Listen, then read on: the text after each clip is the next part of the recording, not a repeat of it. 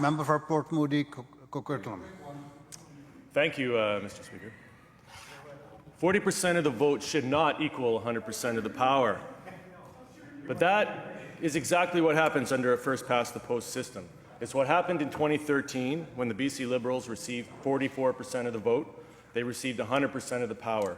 It's what happened in 2009 when the BC Liberals received 46% of the vote and 100% of the power. It's what happened in 2005 when the BC Liberals received again 46% of the vote and 100% of the power. It's what happened in Quebec recently, where an anti-immigration party received 37% of the vote and 100% of the power. It's what happened in Ontario, where Doug Ford's party received 40% of the vote and 100% of the power. It's what happened in the United States when Donald Trump received 3 million less votes than his opponent and won the presidency. Members. That is why every modern democracy in the world has switched to proportional representation. Because pro-rep democracies elect governments that better represent people. Not everyone, but 9 out of the 10 top economic performers in the OECD with the highest GDP per capita use proportional representation. Voter turnout under proportional representation is 7.5% higher. 8% more women get elected in PR democracies. And in proportional representation, there's greater consistency between elections, while in first-past-the-post, with artificial majorities, there's wild policy swings, which isn't good for the majority of people in those populations. So why, Mr. Speaker, are the BC Liberals fighting so desperately to keep this current system? Because they're not interested in representing the people of British Columbia. They're not interested in listening to the concerns of the majority of British Columbians. They had 16 years, and they turned their backs on the majority of British Columbians. It's not surprising that they would prefer a voting system that rewards the minority of voters with absolute power. They represent the minority. They represent the top 1%. They represent the elite, the most wealthy British Columbians. But right now, we have 57% of voters represented in our government.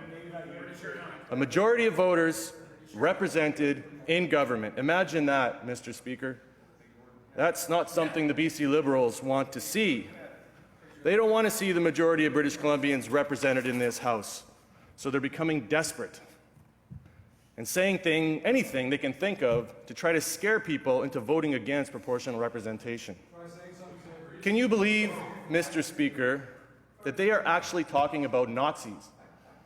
Nazis. No, that's not us. Oh, yes, it is. And fringe parties and extremists. Is this the kind of debate we're engaging in here? We're not going to be electing extremists or Nazis in this House under any voting system because the people in BC are not Nazis and they're not extremists. But I'll tell you what we are.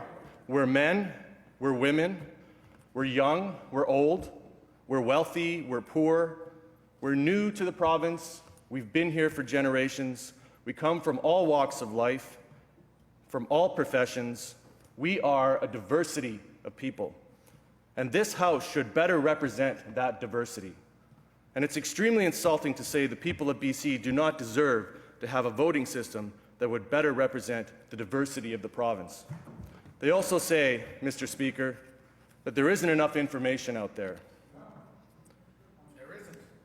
Stripping voters' rights.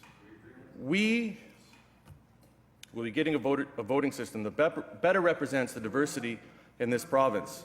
And there's a comprehensive package of details sent to every single person in this province, and Elections.bc has a website with videos that you can watch, and a comprehensive explanation of all 3 voting systems, all 3 proportional representation systems. Then they keep talking about the boundaries. We don't know what the boundaries are. How can we vote for this? But there's an independent commission that sets up these boundaries, an independent commission that apparently they would like to override, just like they like to override the BC Utilities Commission. But that's not the way we do things.